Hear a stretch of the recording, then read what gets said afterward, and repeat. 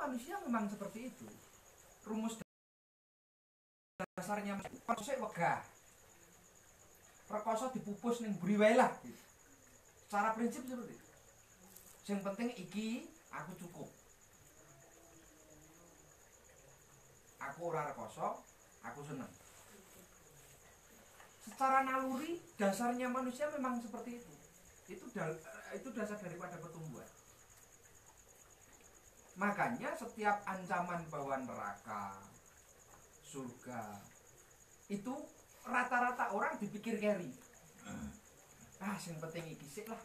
Engko nek umur-umur 58, 59 lagi tobat kan gitu tuh. Cukup gampang. Apa meneh sistem tobatnya di agama kita, agama Islam, kalau saya Islam, itu penak banget. Tobat mlebu surga. Iya kan? Itu penak banget. Makanya kecenderungannya seperti itu. Kita beruntung sekali berada di wadah ini. Karena punishment-nya tidak menunggu kamu mati ketika berbuat salah. Punishment sosialnya langsung di sini. Contoh, ketua wilayah menghamili orang lain. Ya, wis enek sing kandha wah. Secara aspek sosial dia sudah terhakimi. Segala apa yang dia perjuangkan dari dulu Mas Windu ini sabuk polos sampai dengan hitam kirawan. Hitam satu. Selesai seketika. Rasanya nanti sok mati ning neraka. Urung langsung ketemu dewan kepelatihan. Nah itu intipin rokok. Belum lagi sanksi kelembagaan, kode etiknya lembaga. Belum lagi karmanya di keluarga-keluarganya. Makanya saya menganggap bahwa lembaga ini adalah sistem kontrol kedua selain agama saya.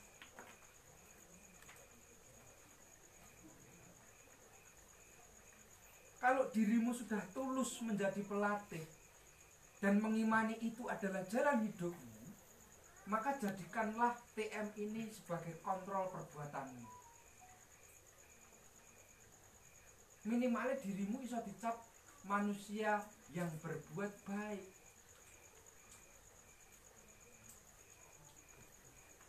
Arep dadi pelatih, muridnya 1000. Awakmu arep sarungan ucul kaos karo kerokan ning pinggir dalan lho, gak mungkin nek kabeh lingkungane muridmu. Karena kita bergerak dalam bidang spiritual. Tidak seperti inkai, tinju, MMA, segala macam lah. Nek koyo inkai, tinju, MMA secara fisik ya, fighter, dia akan tidak berpengaruh baik sikap, cara bicara, berpakaian itu tidak berpengaruh. Sosok berlatihan kesel-kesel ngono kae enek wong digawe, "Bos, enek sing digawe, ayo budal." Mangkat delok gong kabeh sak pelatihe. Gitu. Nek secara fisik dia latihan tidak akan mengimpact apapun. Tapi kalau kita sangat berimpact. Karena yang kita latih tidak hanya secara fisik, namun secara batiniah. Nek ra percaya cobanen di satu ranting, murid-murid jangan mendem bubar. Tuh kayak kang rumakke ya mesti enak sing ngejak mendem iki. Iya kan? Bahkan hal-hal yang sifatnya manusiawi, anggota itu tidak menerima loh.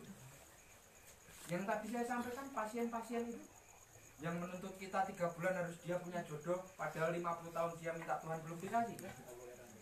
Minta kita 3 bulan harus dikasih. Lah kok kita gitu Tuhan kan gitu.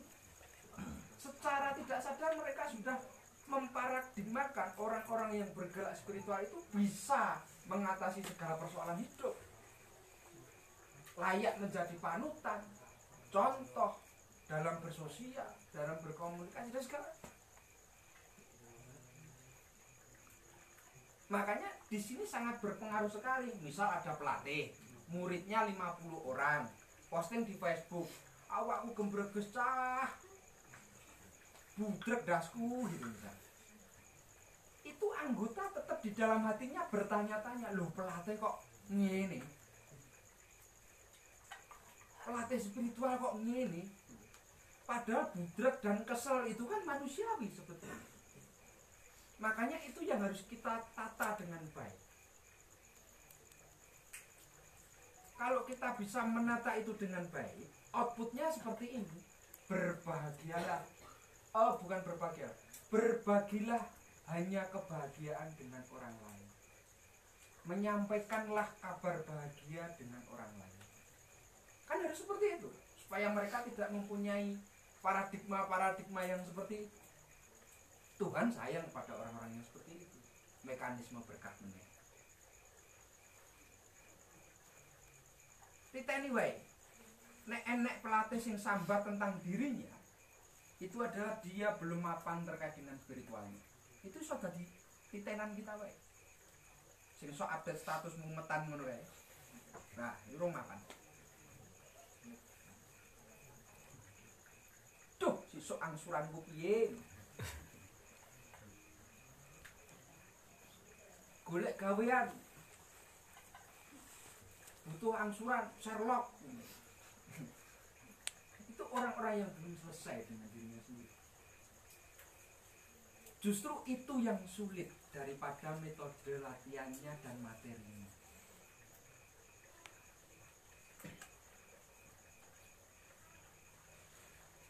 Saya itu beberapa tahun tinggal di sebelah sekretariat TM. Itu rekoso tenan. Sekretariat yang tiap harinya didatangi anggota dari berbagai cabang, tiket dan segala macam di situ. Saya di sebelah. Saya kira yo menungso to. Nang omah ki yo butuh katokan cendak lho. Butuh katokan cendak. Mosok ngurarep katokan dawa karo sarungan wae. Kan butuh katokan. Hanya sekedar katokan cendak lho Mas aku rawani. Karena saya takut nanti ketika tidak sengaja di depan ketemu dengan anggota mempunyai persepsi yang nantinya dapat mengubah takdim dia kepada lembaga. Sulitnya di situ nge-TM.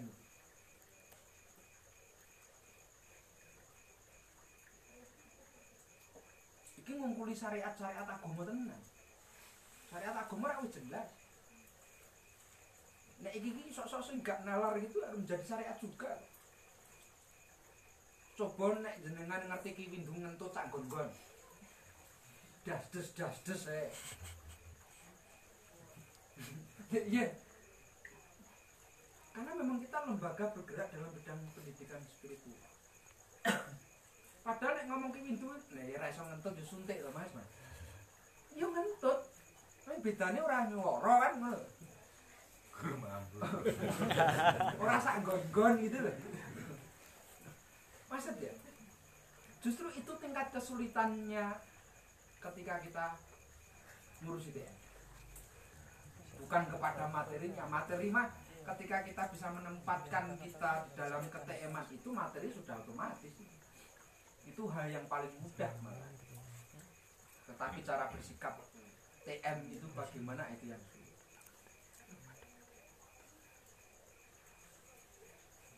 Padahal kalau kita ngomong krisis kita di era-era sekarang ini bukan karena faktor ekonomi. Kenapa saya bilang begitu? Sudah sangat jarang sekali sekarang ini rumah TV ini tabung menunggu lagi, ngerti ya? Biasanya LCD. Neng mesti saiki setiap rumah punya TV, iya nggak?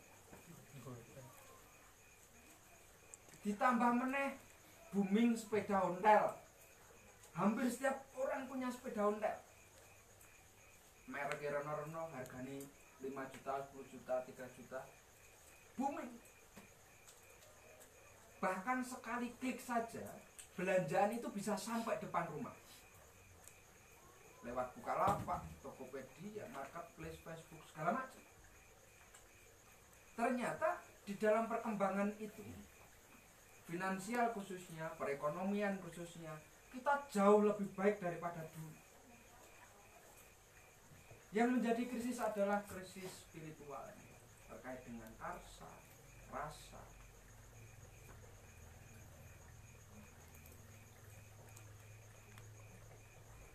Tidak bisa menempatkan dirinya di dalam suatu kondisional tertentu sehingga hujatan itu mesti ada, mencaci maki orang lain banyak, merugikan orang lain banyak, memfitnah orang lain tetap, menipu orang lain oke. Jempole saiki ora iso dikontrol, anggere sapa ae dikomeni, pengeki. Ya. Krisis kita adalah krisis terkait dengan spiritual.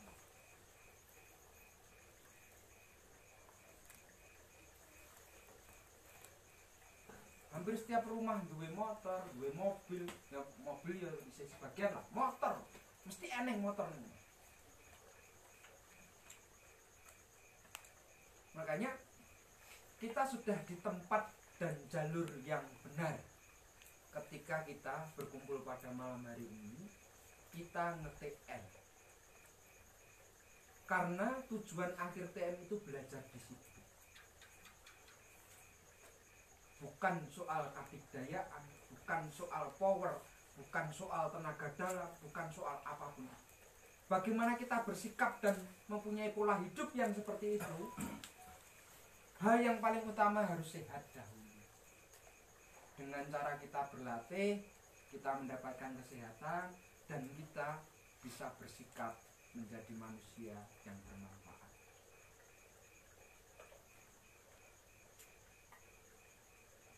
Makanya, nek jek sik pengen seneng-seneng ning jaba, mendem turut campur sarinan, golek ledek dan segala macam, aja dadi pelatih sik wae. Dipolke sik seneng, ngantek engko mati teksek. Maksudnya ngantek lagi ning TM. Engko sing usia 20-30 tahun ngene iki, oh ya wis Mas, saya ndak jadi ikut Morita. Dipolke dulu, engko balik rak umur-umur 54 ini. Kesempatannya masih Pak. Umur 54 ya, saya dulu umur 30 pernah ikut. Tapi saya ternyata berat campur sarinya. Nah, hal ini yang harus menjadi sesuatu yang jenengan penggalih dulu sebelum melangkah di bulan Songo besok. Nek ngomong menakut-nakuti, iya, memang saya menakut-nakuti. Kalau ngomong menyemangati, iya, saya juga menyemangati.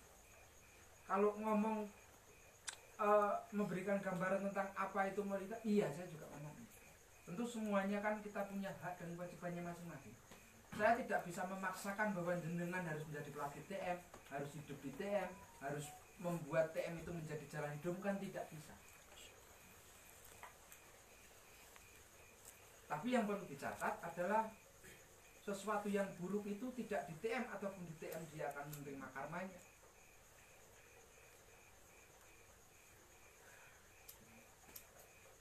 Sesuatu yang bikin mumet awakmu, sesuatu yang bikin berat dirimu tentang permasalahan di TM ataupun tidak di TM juga akan sama.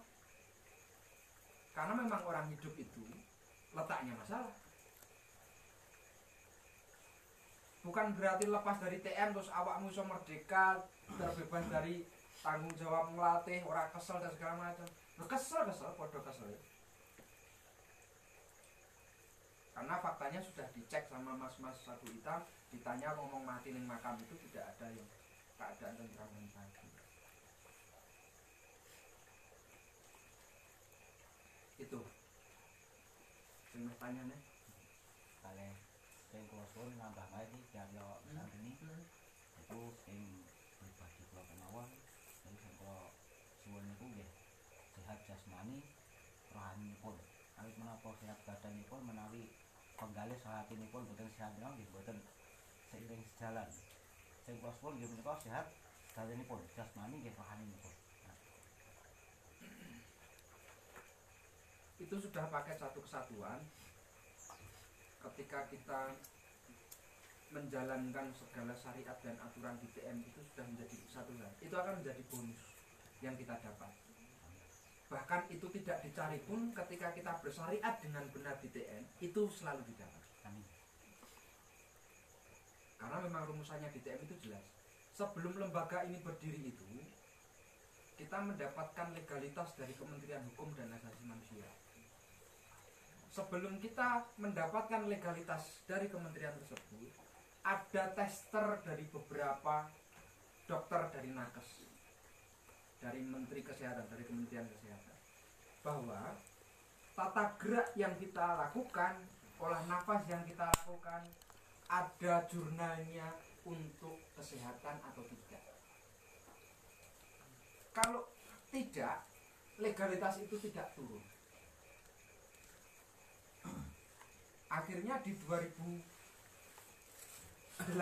legalitas kita turun. Itu sudah menjadi bukti bahwa apa yang kita lakukan dalam berlatih di Tata Mataram itu sangat berimpak bagus baik secara jasmani dan rohani. Di situ ada materi tata gerak yang mengarah kepada fisik etika untuk kesehatan, melancarkan peredaran darah dan segala macam. Begitu juga untuk rohani kita. Rohani yang seperti apa? Mengumat dan tulus kepada umat itu tadi.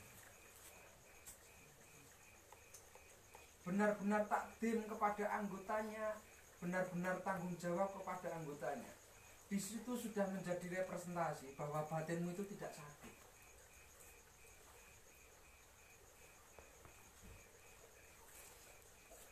Misal pun di dunia kita tidak mendapatkan balasannya, ketika kita tulus untuk mengumat, saat nanti kita meninggal, minimalnya sing layat oke. Pernah bayang kira ketika meninggal tidak ada yang layak? Jan iki ya ora krasa, tapi kan mesake keluarga kita kan. Nah itu loh sing gawe rayem. Sing ngubur jenazah sapa? Nanti kalau Ki Ano meninggal mesti awakmu ijo layak. Nah, itu pengen cepet apa? Ya, nanti kita tanya balik. Iya kan gitu tuh.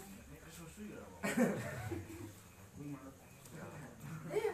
Minimalnya ketika Mbah Ano meninggal, Mas Daksa itu akan menjadi orang terdepan untuk mikul jenazahnya. Sekarang pun maksudnya saya maksudnya nek aku mati apa ya jenengan orang morone jate, apa ya terus sampai pada tokoh-tokoh di dalam Islam banyak sekali yang sampai sekarang makamnya tidak pernah tutup. Mune Gus Dur kuwi jenengan iki dipendem rasa nganggo lemah Gus Dur. Nganggo kembange tok nggo nyekare lho. Wis kelep. Tiap hari orang di situ mengirimkan doa dan segala macam. Minimalnya banyak orang yang mendoakan kita.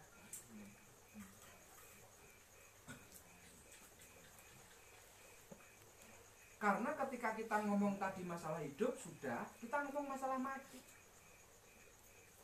Yang kita lakukan terkait dengan kematian adalah menunggu sambil membuat legasi atau sebuah tinggalan supaya orang selalu ingat dengan kita. Tidak dengan uang, sebanyak mungkin uang yang kamu tinggalkan entek tak jamin.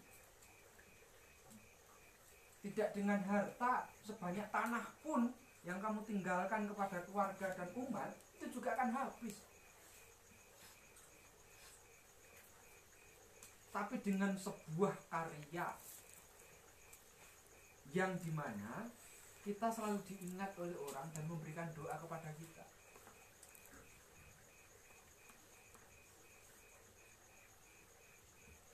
Misal Mas Hartono duwe murid, dalam keadaan titik nadir, murid tersebut berkeluh kesah dengan Mas Hartono, terus diberikan cara untuk mengatasi masalahnya.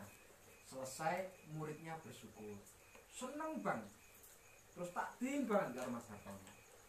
Terus delala Mas Hartono disiki sik, murid iki lho ndongake terus, kelangan Mas. Tenan aku yo kelangan.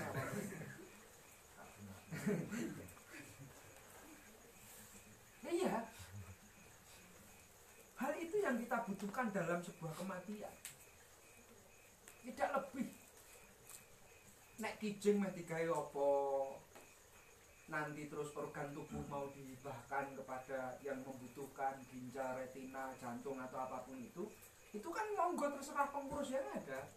Karena setelah kita meninggal, jasad kita ini ya wis ora iso ngapa-ngapa kan gitu. Saya tidak bisa berperintah.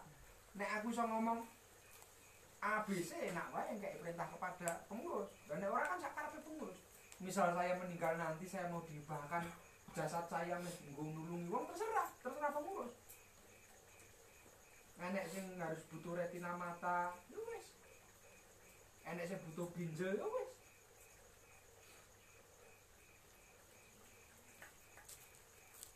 Secara prinsip kematian seperti itu. Pertanyaannya sampai detik ini apa yang sudah kamu lakukan, karya apa yang sudah kamu lakukan saat nanti ketika tidak ada.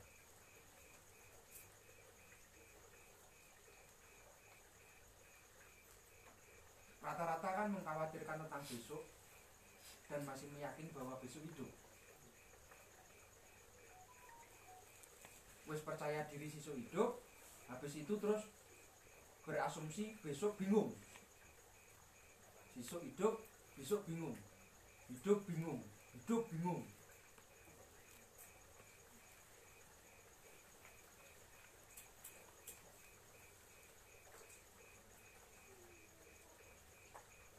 Medeni ngono ya, ceritane ya. Padahal cek nom-nom jan iki nek sing umuran 50 iki aku gak sugih golek calon iki sing tuwek-tuwek ngene kae lho. Bahasane langsung. Oh, bahasane mati. Nek kae iki piye ya? Iku butuh mati langsung. Saiki ya butuh urip, butuh seneng.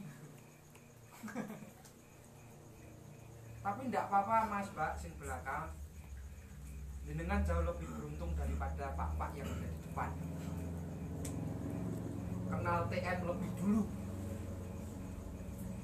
Banyak hal yang nanti bisa dipelajari untuk bekal hidupmu dalam berumah tangga, jadi istri yang baik, jadi pelatih yang baik. Saya itu punya cita-cita pengurus pusat, regenerasi dari kami yang ada di pusat itu ada perempuannya. Tapi sampai pada malam hari ini itu belum ada. Makanya sing cewek-cewek ini dipertahankan. Ini bagaimana mau dipertahankan? Nah, gede sithik dipek wong, gede sithik dipek wong, gede sithik dipek wong. Iki terus. Lupute dipek wong pek pengurus, pek. Nek yo piye lah itu sunatullah. Berpasangan itu kan tidak bisa ditolak toh itu memang. Bahas niku jangan enten. Siapa tahu? Ya itu. Nah, ketika nanti di TM itu memang tidak ada aturannya. Tidak boleh mencari istri anggota, mencari hubungan dengan tidak ada aturannya itu memang. Itu boleh-boleh saja. Sing penting bertanggung jawab di situ. Tapi rata-rata orang lain itu ketika sing wedok TM, sing lanang TM. Engko ketika menikah, sing lanang isih ning TM, sing wedok wis ora ning TM. Sing ngisor do rekrutmen, sing dhuwur buak-buaki. Ngono kuwi dipeki. Tapi nek Mbah Nom ora mau Mbah Nom. Istrinya Mbah Nom ada itu loh di belakang. Dadi ini kan orang buak-buaki maksudnya. Tuh, miseni. Miseni. Nah, malah engko nek dadi anak kan anake ning TM, kan gitu kan. Muga-muga kan istrinya ya tetap takdim seperti ini, tetap nge-TM. Jadi ini Mbah Nom itu punya upacara yang baik ketika di rumahnya Mbah Nom. Hormat persaudaraan.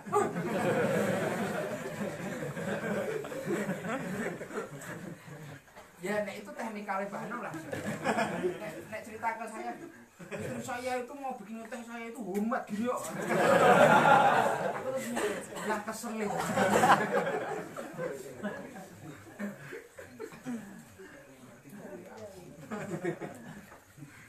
Nah, ini perlu dicontoh dalam artian ketika dirimu nanti mendapatkan jodoh di TM, Jangan pernah orang tersebut terus juga keluar di DM. Boleh, silahkan boleh. Biasanya memang harus menunggu sebuah kesadaran. Ketika dua orang itu memaknai bahwa pentingnya peranan TM untuk diri kita, biasanya orang itu tetap bertahan di TM. Begitu. Karena keluarga itu juga menjadi sumber berkah masuk kita. Ketika kita istri bagaimana, anak bagaimana, itu juga akan menjadi satu kesatuan bagaimana kita menjalani hidup yang berkah. Ning godane tetep saya oke Mbak Silvi, Mbak Nom, mergane sabuk naga. Sok-sok sebelah-sebelahmu ngono yo iren kok ngono. Biasane ngono kuwi. Welingku nek medun lapangan tanpa saya aja tak izini. Bahaya. Enggak lah. Mbah Nom itu tua. Maksudnya harus menop. Oh, Tua wis menop. bukan negara apa ini.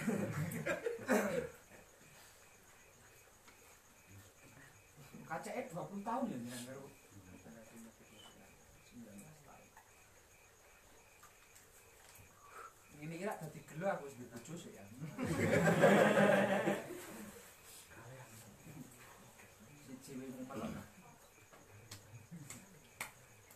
Hartono ku lho. Cemal. Swallow. Ada yang ditanyakan? Yang lain?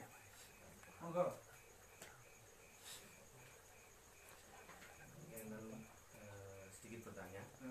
Ini untuk masalah istilahnya kemanfaatan keilmuan yang kita pelajari di TM. Jadi gini, apa yang kita pelajari di TM ternyata memang benar, dan saya pun juga merasakan manfaatnya untuk kesehatan dan sebagainya. Tapi untuk ke orang lain atau ke masyarakat awam, apalagi di masa pandemi seperti ini, kita untuk membantu mereka itu metodenya yang kita gunakan seperti apa? Karena yang saya tahu kita tidak diizinkan untuk melakukan dengan metode yang TM tanpa mereka masuk menjadi anggota TM. Pakat. Kui tanya. Metodenya harus apa? Ini metode penyembuhan berarti ya. Dalam segala hal sesuatu aspek penyaluran, kita sampaikan penyaluran. Penyaluran itu tidak hanya sekedar untuk penyembuhan penyakit, tetapi untuk ujub-ujub hal lainnya, termasuk untuk apapun. Secara basic, ketika kita belajar di TM itu kan melalui fase-fase ya. Ada fase sabuk polos, biru satu, dan seterusnya. Setiap fase itu kita selalu mengadakan sebuah tradisi, yang dimana di situ tradisi kenaikan tingkat yang diupacarani ngono kae, awakmu wis tau ngalami. Itu bukan karena alasan, bukan karena sebab, melainkan memang metode tersebut kita lakukan dan harus dilakukan ketika orang naik tingkat itu ya seperti itu. Kenapa? Karena itu adalah menjadi takaran kita, setiap power kita itu meningkat. Secara rumus seperti ini. Tenaga dalam itu secara persentase 100%. Dia tersembunyi di dalam ulu hati. Ulu hati itu gone ini. Dikira saya nanti. Yang laki-laki yo, nek pengen ngecek dada sebelah kiri jenengan raba di bawah payudara jenengan, susune jenengan iki lho. Lanang wedok sini padha wae sing aku rabuku sing lanang wae udah. Rusuh. Jenengan demok tidak usah ditekan, Pak. Jenengan sentuh saja. Itu nanti akan rasa cekit gitu. Nah, kono kuwi. Dia tersembunyi di dalamnya. Yang kita gunakan untuk aktivitas, bekerja, capek, keseharian, lari-lari, olahraga dan segala macam, itu tidak lebih dari 2,5% dari 100% tenaga yang ada di ulu hati. Untuk recovery kita, untuk semua aktivitas itu hanya maksimal 2,5%. Itu orang yang tidak berlatih, rata-rata orang. Lantas tenaga tersebut bisa muncul dan bisa tidak atas kondisional tertentu. Bisa karena memang dilatih dengan metode yang benar, baik tata gerak digabungkan dengan konsentrasinya, dengan tata olah nafasnya, keluar masuk nafasnya dan segala macam. Bisa juga dengan keadaan tertentu orang tersebut di luar kesadarannya atau di bawah alam sadarnya yang bekerja. Contoh, Mas Hartono maling pitik. Ketika maling pitik konangan karo wong. Saat Mas Hartono terpojok lari, di depan ada tembok 5 meter. Tanpa dia sadari dia bisa naik di situ. Lolos. Sing ngoyak ora enek sing iso munggah. Begitu juga kondisi-kondisi lainnya yang seperti itu. Tanpa kita sadari, loh, aku kok iso ya? Sing kulino dijotosi wong, misal enek sing rupane kemampleng. Nah, kok keprok helm barang. Aku keprok helm kok nyimpen teles wae. Keadaan terpepet memang bisa. Yang menjadi pembeda adalah ketika keadaan terpepet, kita tidak bisa mengontrol bagaimana besarnya tenaga tersebut kita keluar dan kita atur. Tapi nek berlatih bisa. Sing terjadi kayak Mas Hartono sing kepepet, alam bawah sadarnya kepicu sampai terjadi hal yang di luar nalar, itu tidak lebih daripada 5%, 0,5%.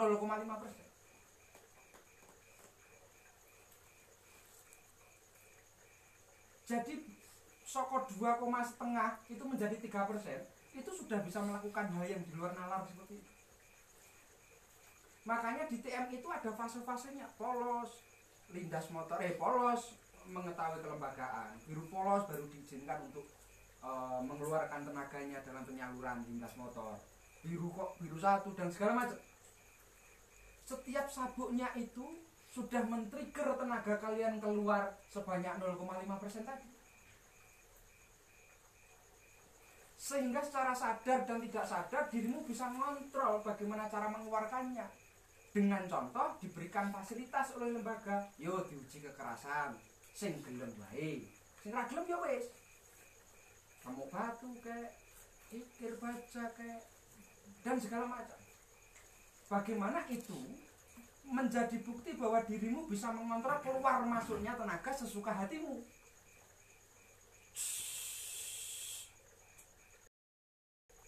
Orang mergo dioyak wong. Ora sah kudu maling. Dirimu bisa mengontrolnya.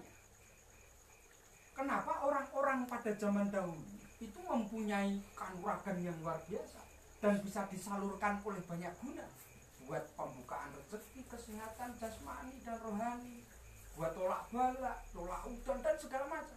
Karena orang-orang zaman dulu dengan tirakatnya yang dulu itu bisa mengontrol hampir 50% tenaga yang ada di dalamnya. Bisa bayangke orang nek 50% dikontrol. 0,5 saja batu bata, kok batu bata, remuk batu, selesai. Kikir baja, oke. Lindas motor, boleh.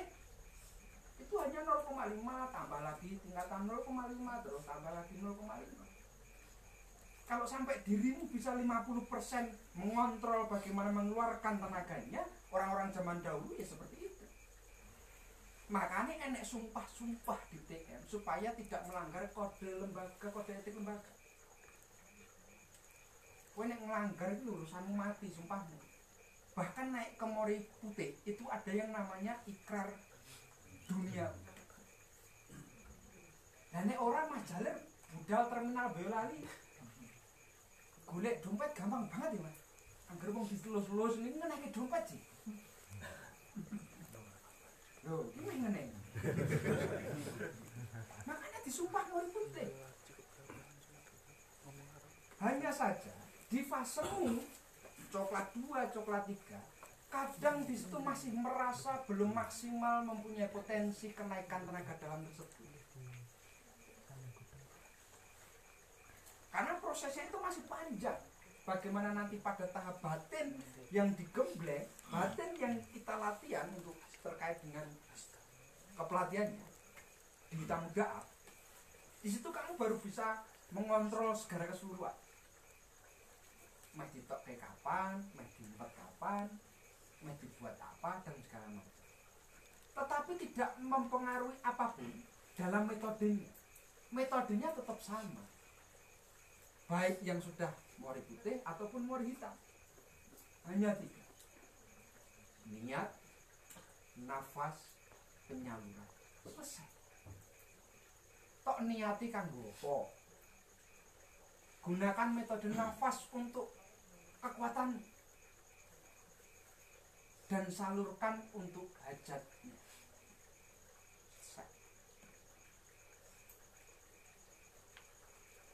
Ditambah teknikal-teknikal terkait dengan kebutuhannya.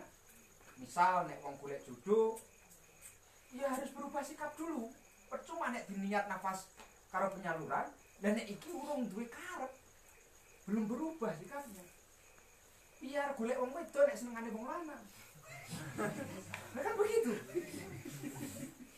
Makanya butuh yang namanya pendirian batin kepada orang tersebut, penyampaian wejangan kepada orang tersebut, bagaimana mengubah pola hidupnya. Sehingga yang namanya usaha itu ada 2, usaha lahir dan usaha batin, kan begitu.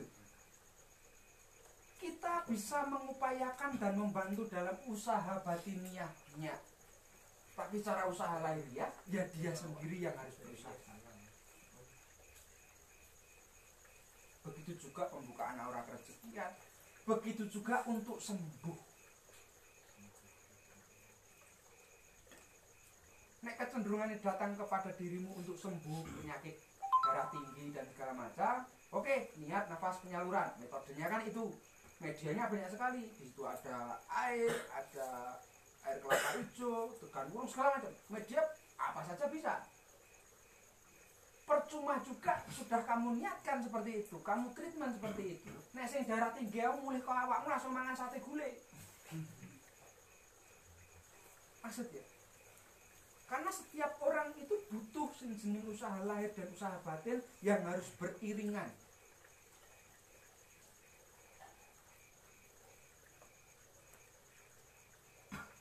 Metodenya sama. Baik saya pun ketika ditangani pasien, metodenya ya itu.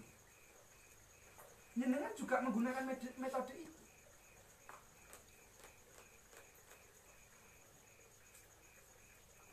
Yang menarik, yang menjadi pembeda seperti ini. Pernah mengalami hal seperti ini enggak? Ketika cari dokter gigi yang sering sakit gigi misal, datang ke dokter A.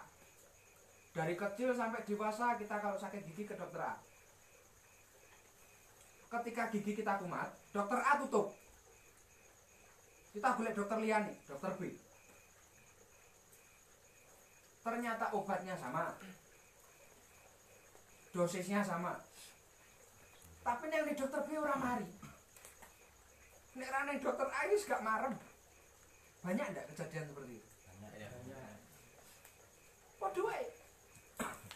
Di pihak kita juga sama seperti itu. Manusia membutuhkan hal-hal terkait dengan itu. Secara batin yakin dan percaya kepada dokternya, syariatnya diberikan dengan cara obat dan lain sebagainya, usaha ikhtiarnya juga diberikan oleh dokter tersebut. Selesai perkara, sembuh. Nah, itu yang membedakan ketika pasien datang nenggunaku mari, datang nenggunamu urung mari. Padahal metode kita sama, dosis yang kita berikan sama. Yang membedakan, aku selendang putih, awakmu coklat telu, awakmu tamu daya. Nah, coklat. Nah, malah coklat telu, wah, saya ora kanggo. Pasien saya loro. Iya, itu yang membedakan. Makane kuwi aja katokan cendak sanggon-gon. Aja ngentut sanggon-gon. Kan relate dari apa yang saya tadi sampaikan. Apa pernah awakmu ngerti ketua umum ning campur saingan nggowo botol bir karo ngombe. Ayo bos, gue joget apa bos kan ngono. Selesai itu TM. Aku ngobati wong gak armani.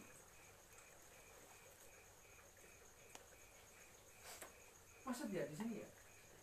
Kita harus menguasai bagaimana psikologi seseorang itu bertumbuh.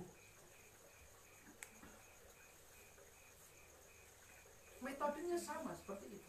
Hanya saja mungkin dirimu tidak sadar bagaimana cara menyalurkan yang benar dan yang maksimal seperti apa. Kalau tahapan hitam up itu mereka sudah punya takaran tertentu. Itu yang membedakan. Makanya di setiap kenaikan tingkat sapu hitam itu harus ada. Karena bisa menakar bagaimana porsi adik-adiknya itu naik. Nah, awakmu kan rumiso. Ya berproses. Bagaimana cara bisa? Ya silakan sampai sapu hitam. Bagaimana cara sampai sapu hitam? Silakan bertulus kepada lembaga, tidak kenal waktu dan tidak kenal lamanya di situ. Bisa dengan singkat dengan sapu hitam, bisa dengan lama di sapu hitam. Sapu hitamnya TM itu ada yang 2 tahun dengan sapu hitam. Ada ya mas. Saat dia masuk mendaftar di TM 2 tahun dia sudah naik sapu hitam. Ada sing ning kono kuwi fosil barang ning TM ya ning. Kat 2009 lagi munggah sapu hitam 2016 2017 ada. Macam-macam. Karena takarannya bagaimana nanti dalam penguasaan materi secara keseluruhan di TM itu. Ya TM ya tidak sembarangan kau memberikan kepada orang. Karena dengan tingkat resiko penyalahgunaan dan segala macam kan banyak di situ pertimbangannya. Makanya dengan melampaui segala apa yang dikatakan gemblengan batin dan fisiknya di sapu-sapu bawah itu bisa menjadi fondasi awal orang tersebut ngurusi TM secara keseluruhan. Dan ini terbuka untuk siapapun. Saya juga tidak pernah berpikir bahwa saya bisa menjadi ketua umum.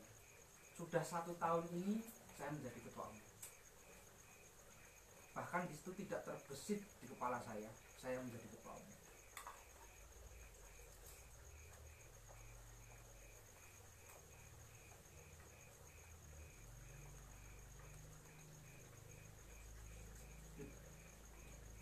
Iya mas, paham ya? Ora paham juga karepmu penting aku ngomong.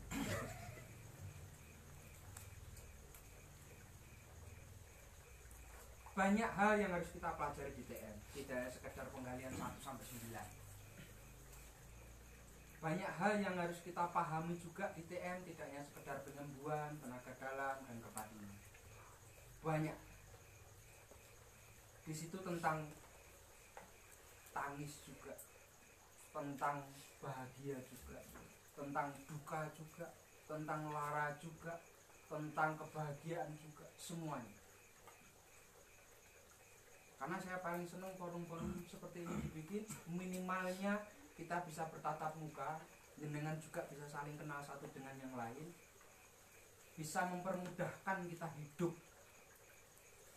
Misal Pak A punya usaha, kan tidak menutup kemungkinan Mas B membeli usahanya, mewarisi usahanya, saling membantu, jiwa perusahaan dijaga, dan segala macam. Itu value yang tidak bisa digantikan oleh apapun. Makanya slogan TM itu memang harga mati.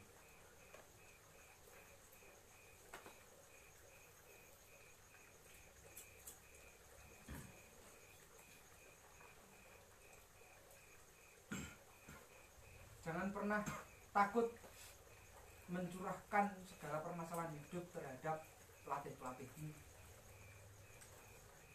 Karena memang di situ menjadi kewajiban pelatih untuk membantu sebisanya. Bahkan saya pernah menyampaikan di beberapa forum, jangan takut tidak pernah bisa makan ketika dirimu 24 jam ngurusi TM.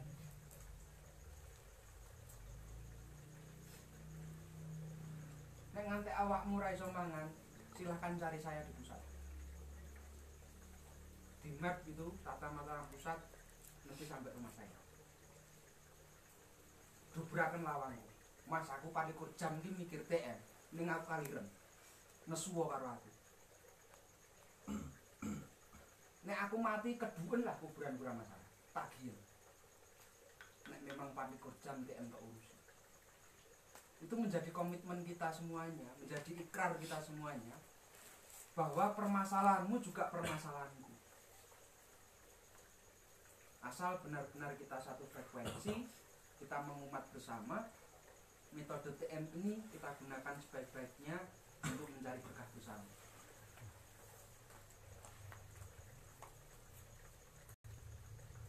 Mati wis dhewe-dhewe. Barang urip kok ora bareng-bareng. Terus barengnya kapan? Mosok urip dhewe-dhewe, mati dhewe-dhewe, lah kepiye nanti? Apa yang kita tinggalkan? Mati meneh.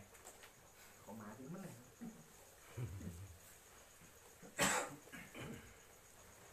Ada pertanyaan lain? Dari belakang-belakang boleh, tidak hanya orang-orang depan. Neng kuncinya seperti ini.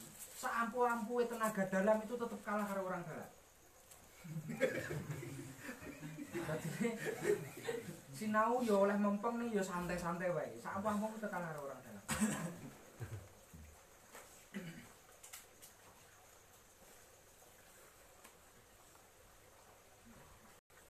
Ada yang ditanyakan? Mbak-mbak itu ya boleh tanya. Nanti dikira hanya yang laki-laki.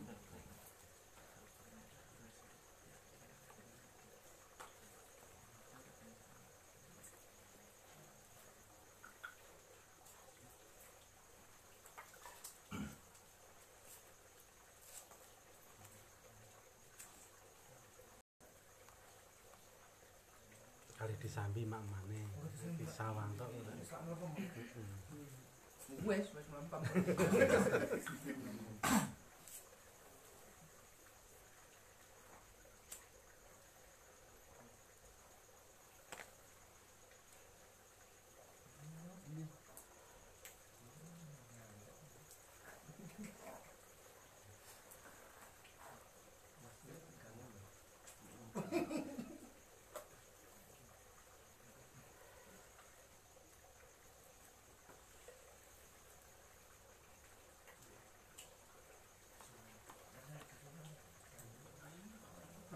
Coklat 2, coklat 3 itu sih enak.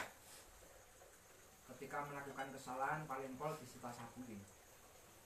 Tapi kalau hitam muda itu sih lain. Sekali melakukan kesalahan dia downgrade jadi coklat 3 menit. Karena hitam muda itu adalah sabuk jabatan, bukan sabuk tingkatan. Sing menjabat sebagai ketua cabang, ketua divisi, sabuknya mesti hitam muda.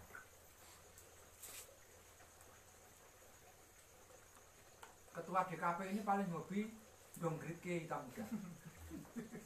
Beda sama era saya dulu, saya kan mengunggah ke ini.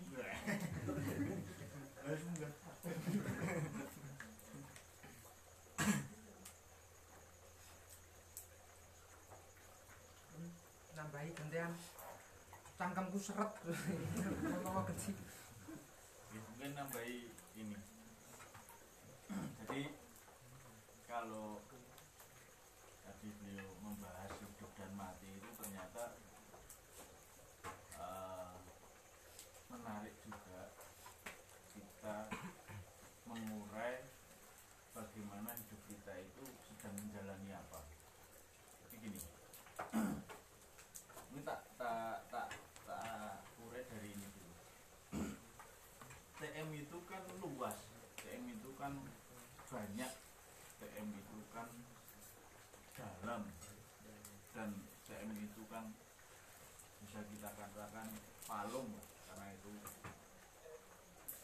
setiap kita yang sekarang ini di TM itu menyerap apapun yang ada di TM, benar kan? Dan hasilnya pun masing-masing berbeda. Jadi ada dari bagian kita itu merasa, yo aku sinau screening time gue entoke mung 5 sebagian lagi ada saya itu baru belajar di TM sudah dapat 50, bagian lagi ada saya itu sudah bertahun-tahun belajar di TM dan hasilnya sudah 80, ada yang 80, ada yang 70, ada yang 50, ada yang 30, bahkan ada yang 0. Nah, kalau kita urek, saya bisa A, kamu bisa B, dia bisa C, dia yang lain bisa D, karena belajar di TM bersama. Itu yang membedakan personalnya atau TM-nya, kira-kira begitu. Contoh di sini ada Pak Artono, ada Mas Freddy, ada yang lain. Yang didapat itu berbeda-beda, benar kan? Dan semuanya tidak bisa mendapatkan menyeluruh 100% tidak. Yang bisa ya Pak Lindu, pendiri, sumbernya dari pendiri kan. Tapi kita tidak bisa 100% mendapatkan apa yang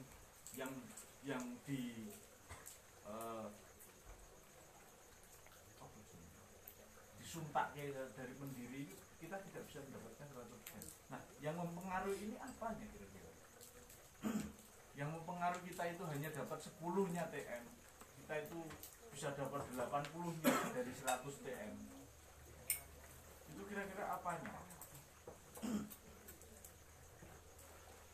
Dulu saya pernah dapat cerita dari orang yang mau belajar sesuatu, orang yang mau belajar ilmu.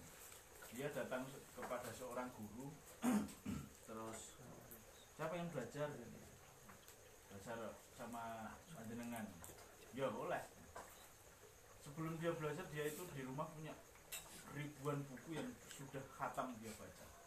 Tentu setiap buku-buku itu kan mengandung ilmu yang sangat luar biasa. Tetapi ketika selesai buku itu dia baca, dia masih merasa aku rong untuk apa. Akhirnya dia datang pada guru langsung, dia belajar pada guru itu. Lalu si guru ngomong sama calon murid itu tadi, kamu pulang dulu sana, di rumahmu buku-buku itu kamu bakar semua.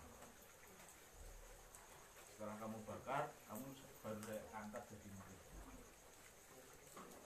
Padahal kalau kebanyakan orang, bacalah buku yang banyak agar pengetahuan banyak, ilmumu banyak kan. Tapi beda dengan seorang guru yang ini, dia malah menyuruh membakar bukunya. Bakaran bukumu kabeh, nek wis terbakar ngomong aku, ayo sinau.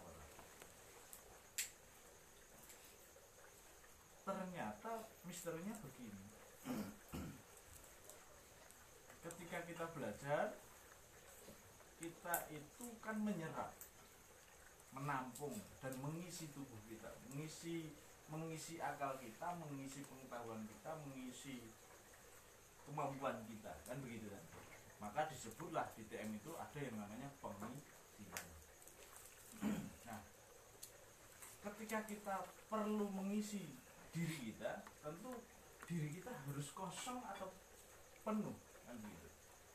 Wadah kita itu harus disiapkan seberapa besar, wadah kita itu harus dilonggarkan seberapa longgar. Dan ketika hanya ada ruang di situ cukup hanya menampung 10 dari 100-nya TM, yang didapat ya cuma 10, yang lainnya tumpah. Benar ya? Terus tapi kalau kita bisa melonggarkan 100 ruang untuk 100-nya yang ada di TM ini, bisa jadi bisa masuk semua. Tetapi tidak bisa 100 karena kita sudah punya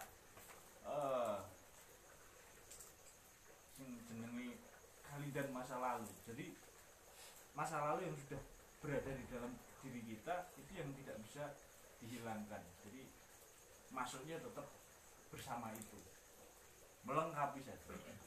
Maka ketika kita bersama belajar satu angkatan pun, karena ini kan nanti akan jadi satu angkatan, nanti hasilnya akan berbeda. Hasilnya akan berbeda. Ada yang langsung menjadi orang yang berkemampuan tinggi, ada yang langsung pribadinya menjadi lebih baik, ada yang soyo ambruk, soyo gilani dan sebagainya, itu nanti akan berbeda-beda sesuai dengan ruang yang kita siapkan untuk menyerap dari 100-nya TM itu tadi. Makanya sebelum besok tadi pengesahan mori hitam, harapan saya juga itu tadi, bakar buku-bukumu yang ada di rumah. Bukan maksudnya bukumu terus untuk bakari kabeh, buku pelajaran sekolah untuk bakari kabeh, bukan itu. Tapi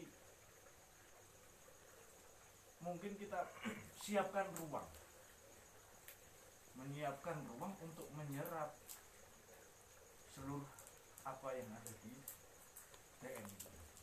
Karena TM itu luas, benar luas, dan benar-benar banyak hal yang bisa kita serap, bisa kita ambil segi positifnya, bahkan segi negatifnya pun juga bisa kita ambil kalau kita mau, kan gitu.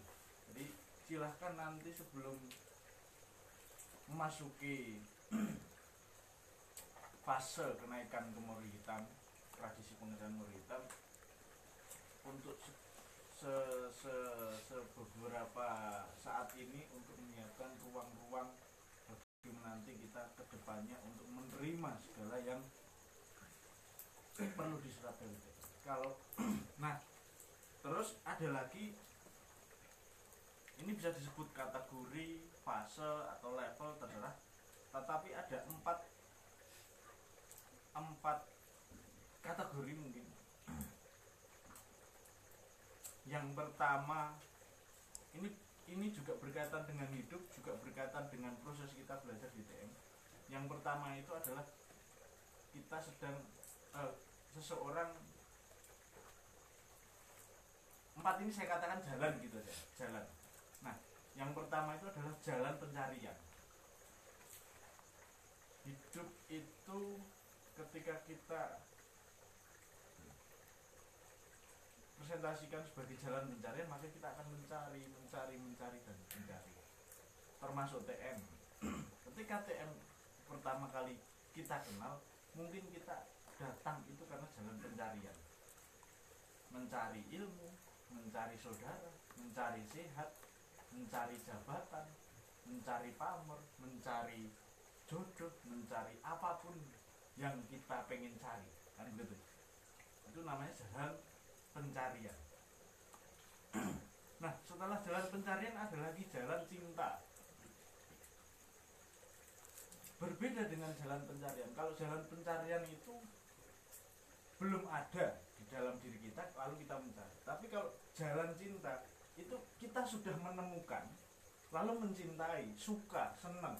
Contoh, ngobrol seperti ini, seduluran ini, senang. Kita sudah mendapatkan lalu mencintai. Nah, ini jalan cinta. Sudah pada fase jalan cinta. Terus latihan, mendapatkan sehat, terus mencintai.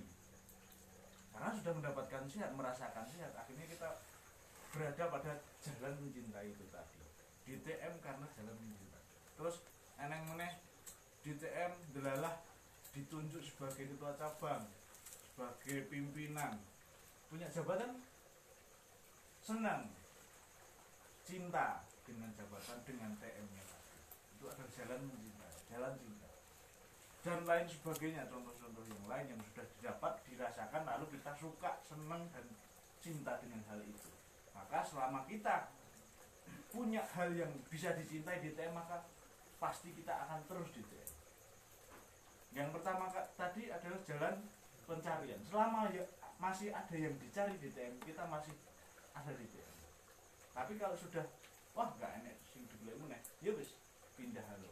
Yang kedua, jalan cinta itu tadi, ketika kita masih ada yang dicintai di TM, maka kita masih ada tetap di TM. Paham? Aku ora paham.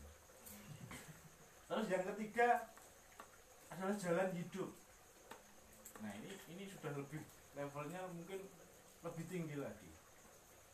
Kalau jalan hidup itu jalan sudah sampai pada kita butuh. Ra seneng lah, ra masalah, ini aku butuh. Ngerti? Pahit lah, ra masalah, tak lakoni. Lah apa? Lah aku butuh, Pak. Nggo urip. Ini sudah menjadi jalan hidup. levelnya sudah lebih daripada cinta. Dia ki wah senajan aku ki jane sengit karo dulur-dulurku, ning aku butuh dulurku, ya wis aku seduluran. Itu sudah menjadi jalan hidup namanya. Dia sudah tidak memperdulikan golek nyaman, ora peduli golek nyaman, ora peduli golek seneng, ora peduli pas posisi susah, pahit, getir, bahagia apapun itu. Kalau TM masih bisa membuat dia hidup, maka dia masih di TM. Itu namanya jalan hidup. Ada tiga. Yang pertama jalan pencarian, yang kedua jalan cinta, yang ketiga adalah jalan hidup. Lalu yang terakhir, yang keempat adalah jalan mati. Dan ini jalan mati wis paripurna. Mapan. Nah, ketika sudah kamu melalui jalan mati, maka kamu sudah mencapai yang namanya mapan. Mapan itu kalau saya memahaminya adalah bukan banyak uang, bukan tinggi jabatan, juga bukan kurang uang, juga bukan rendah jabatan, bukan sesuatu hal yang berlebih, juga bukan sesuatu hal yang kurang dalam hidup kita, tapi mapan yang paling puncak, mapan yang paling paripurna itu bagaimana? Mapan, ya mapan, tidur terlentang dan siap untuk mati. Itu mapan yang paling puncak.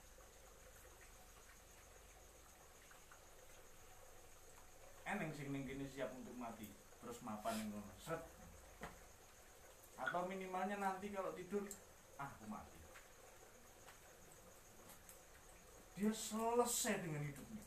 Utang ra dipikir. Kebutuhan sesuk ra gagas. Listrik muni ra peduli. Lah mati. Kabeh wis dilepas, terus turu. Wangler. Ya kan? Nah, ketika TM sudah menjadi jalan mati, maka sudah tidak ada alasan untuk tidak di TM. Kalau aku ki pengen mati ning TM kok, kan ngono ta. Maka itu saya sebut sebagai jalan mati. Mati perlu jalan, teman. Ya perlu. Misalnya jalanmu milih yang lain, boleh. Saya pengen mati jadi dengan jalan jadi tukang becak. Ya boleh, toh. Maka sampai nanti saya akan mati, saya akan mengejar dan akan menggeluti yang namanya menjadi tukang becak. Mbah kuwi rasane pahit, mbah kuwi rasane seneng, mbah kuwi seneng, mbah kuwi penak, mbah kuwi nyaman, mbah kuwi ora nyaman, ya tak lakoni sampai mati. Karena apa? Itu jalanku menuju mati itu. Bapak saya pengen becak terus mati kan. Ada lagi jalan matinya memilih menjadi petani. Ya wis, dia akan bertani sampai mati. Ada lagi yang jalan matinya menjadi politikus. Maka dia sampai matinya dia akan menjadi politikus. Karena kalau nanti dia mati tidak jadi politikus, gagal hidupnya sudah. Jadi ada jalan pencarian, lalu jalan cinta, setelahnya jalan hidup.